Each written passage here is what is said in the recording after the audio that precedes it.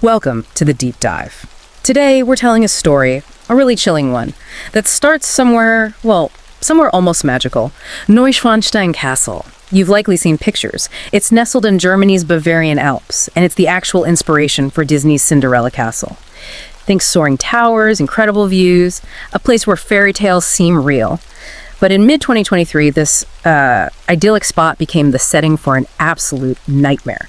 We're going into the story known as the Cinderella Castle Murder. We're going to walk you through what happened, starting with the beautiful setting, then the chilling details of the crime, the profile of the person responsible, and what happened to the victims afterwards. We've pieced this together from news articles, witness statements, police reports, trying to get the clearest picture possible of what unfolded. And what these sources show is isn't just, a random act. It reveals something more calculated, something that preyed on that very desire for beauty for a special view. It's disturbing how a place like this, seemingly safe, became, the opposite. It highlights a vulnerability. Right. So let's start with the place itself. Neuschwanstein isn't just a castle. It's like a global symbol of fantasy. Perched up there in the Alps, instantly recognizable, it's the direct model for Disney's castles. Disneyland, Tokyo Disneyland. It really cemented itself in our minds as the Cinderella Castle. It was built by King Ludwig II of Bavaria. They called him the fairy tale king. It was meant as his private escape.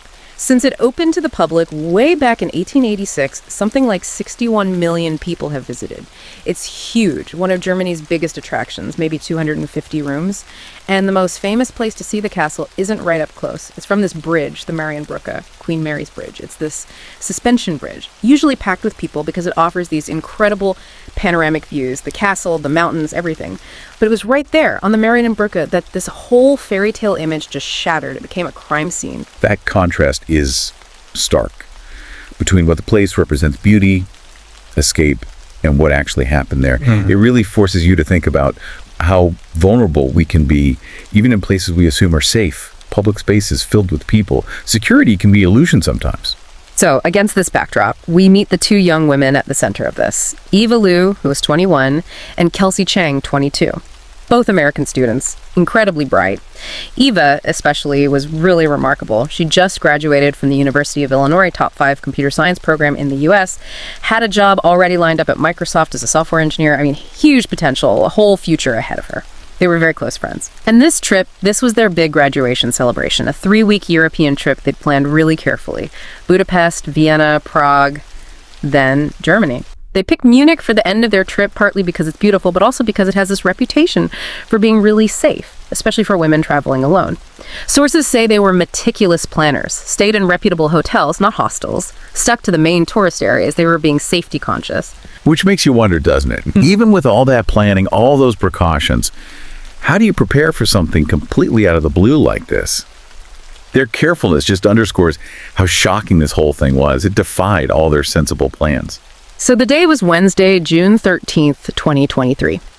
Around 11 in the morning, Eva and Kelsey are on that crowded bridge, the Marienbrücke. Thousands of people visit each day, so it was bustling. They're waiting in line like everyone else, trying to get that perfect picture with the castle, just a normal tourist moment. Then a man approaches them, an American guy around 30 from Michigan. His name was Troy Bowling. He starts talking to them, asks if they're American too. Seems casual, friendly. He builds a little rapport, claims he knows the castle well, visits often, and then he makes this offer. Says he knows a local secret spot nearby, better photos, fewer people. He made it sound like just a helpful tip, Even said if you don't want to go, no problem. It sounded so innocent. How did that turn so bad so fast? Well, that's a classic predatory tactic, isn't it? Using that shared nationality, that offer of something special, something secret. It plays on politeness, on trust. Especially when you're traveling. His apparent familiarity with the place, his non-threatening approach, it probably lowered their guard. Despite them being careful, he didn't seem like a threat. So they decide to go with him. They followed Troy off the main path. The secret spot he mentioned wasn't super far, but the trail was winding, kind of secluded by trees and fences. It took them away from the crowds. By now it's later, maybe around 2:40 p.m. Kelsey's walking a little bit ahead, and then she hears Eva scream behind her. She turns around and sees this horrific scene. Troy is attacking Eva, trying to sexually assault her. Kelsey reacts instantly, runs back, tries to pull him off Eva, fights back. There's a struggle. Kelsey manages to scratch his face, leaves marks, but he overpowers her, turns on Kelsey, grabs her, shoves her against the railing. and then pushes her off the cliff. It's a 160-foot drop. That's like a 17-story building. Just horrifying. Eva's just standing there, completely in shock. He then sexually assaults Eva, and then in what police believe was an attempt to get rid of the witness, the evidence, he throws Eva off the cliff too. The speed of that escalation, from a casual chat on a bridge to that level of extreme calculated violence, it's deeply chilling. It shows how quickly predators can switch, and their immediate impulse often is to eliminate anyone who could identify them. What followed was chaos. People nearby must have seen or heard something because reports came in, helicopters were scrambled, they started searching the steep wooded slope below. And then, incredibly, they find Kelsey. Alive. She hadn't fallen the entire way down. A tree branch had broken her fall, caught her somehow. She was conscious, able to talk, even after everything. But finding Eva, that was tragic. She had fallen the full distance. Her injuries were severe. They rushed both women to the hospital. But later that night, the terrible news came. Eva died from her injuries. She was only 21. Kelsey survived, unbelievably, with relatively minor injuries, bruises, abrasions, saved by sheer luck. A tree branch? It's just the randomness of it. Kelsey's survival is almost miraculous, contrasted with the absolute tragedy of Eva's death. One life saved by chance, by a few feet maybe, the other lost. It really underscores the fragility of life, the role of pure chance in these extreme moments. It's hard to comprehend. Kelsey, despite everything she'd just been through, was able to give the police a clear description of Troy Bowling. And the police acted fast, sealed off the whole castle area. And within hours, they caught Troy near one of the exits he was trying to leave. And the key evidence, the scratches on his face, fresh, exactly what Kelsey described from her struggle to save Eva. It linked him directly.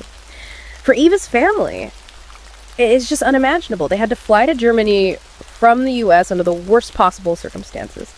And then there was this heartbreaking detail reported. Eva's body was flown back home, repatriated, on Father's Day, June 18th. Her father later said, he said that because of this, he would hate Father's Day for the rest of his life. Just devastating.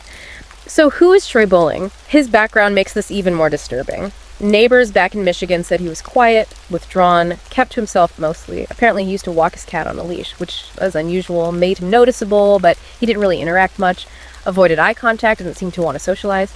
At first, people wondered if it was maybe a hate crime, racially motivated because Eva and Kelsey were Chinese American. But the police investigation found something else, something darker and more specific. It wasn't general hate.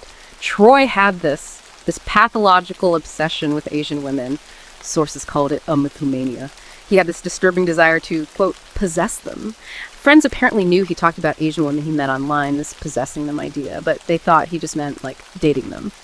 He was actually in an online relationship with a woman in Thailand at the time. She said he seemed polite online, was completely shocked by what he did. And his record wasn't clean either. There was a fraud charge back in 2016. And worse, police found child pornography on his laptop, so more charges were added for that. That contrast is really unsettling, isn't it? The quiet neighbor persona versus these hidden violent obsessions. It's often the case that quiet facade can hide a very disturbing inner world. And his online activity, this mania, suggests a fantasy life that then horrifically spilled over into reality. That's the terrifying leap. Right now, Troy Bowling is in a German prison. He's waiting for his trial on charges of murder, attempted murder, sexual assault. German court proceedings can be quite private compared to the U.S., so updates often come via major news outlets. But the case has definitely sparked public concern, especially about German sentencing. Life imprisonment for murder is possible, but often people get released after, say, 15 or 20 years. And then there's the controversy around German prisons themselves. Some reports, maybe sensationally, describe them as being almost comfortable, like a vacation home. Mm-hmm. We're talking dorm-sized cells, beds, TVs, books, guards knocking before entering, work programs, family visits, decorating cells, even communal kitchens and in-cell phones for unlimited calls in some places. So there's this public fear, this debate that his life in prison there might be, well, better than his life was before. It's a point of contention. And that really highlights the different philosophies of justice, doesn't it? Germany puts a strong emphasis on rehabilitation, reintegration, which can feel very different, very unsatisfying to people looking for punishment, especially for such a violent crime. This case definitely brings that clash in justice systems and what it means for victims across borders right to the forefront. And while Troy's motive wasn't broad anti-Asian hate, his specific obsession is still chilling, especially when you think about the wider context. Violence and harassment against Asian people is a serious issue. There's data from Stop AAPI Hate. Since 2021, nearly 3,800 incidents reported just in the U.S. That's like 10 a day. California and New York are major hotspots. You hear about awful cases, like Vicha Ratanapakdi, that elderly Thai man in San Francisco pushed over and killed. They even renamed a street for him. It's a constant reminder. So Bowling's specific obsession, while personal, kind of echoes these larger, disturbing societal patterns. Exactly. His individual pathology intersects with these broader prejudices, even if it wasn't driven by general hate. It highlights how these societal issues can create environments where specific groups become targets, even for very personal, twisted reasons. And finally, we have to think about Kelsey Chang, the survivor. The impact on her is immense, goes way beyond the physical. Sources talk about the deep psychological toll. She's dealing with intense survivor's guilt, feeling responsible somehow for Eva's death, even though she fought back so bravely. She's apparently struggled even to face Eva's family because of this guilt. People call her survival a miracle, but ironically, that label seems to add to her burden, like she feels she should have suffered more, or maybe shouldn't have been the only one to survive. It's a crucial point. That psychological aftermath is often invisible but incredibly heavy. Kelsey is absolutely a victim too, profoundly impacted. Her healing journey is complex, ongoing.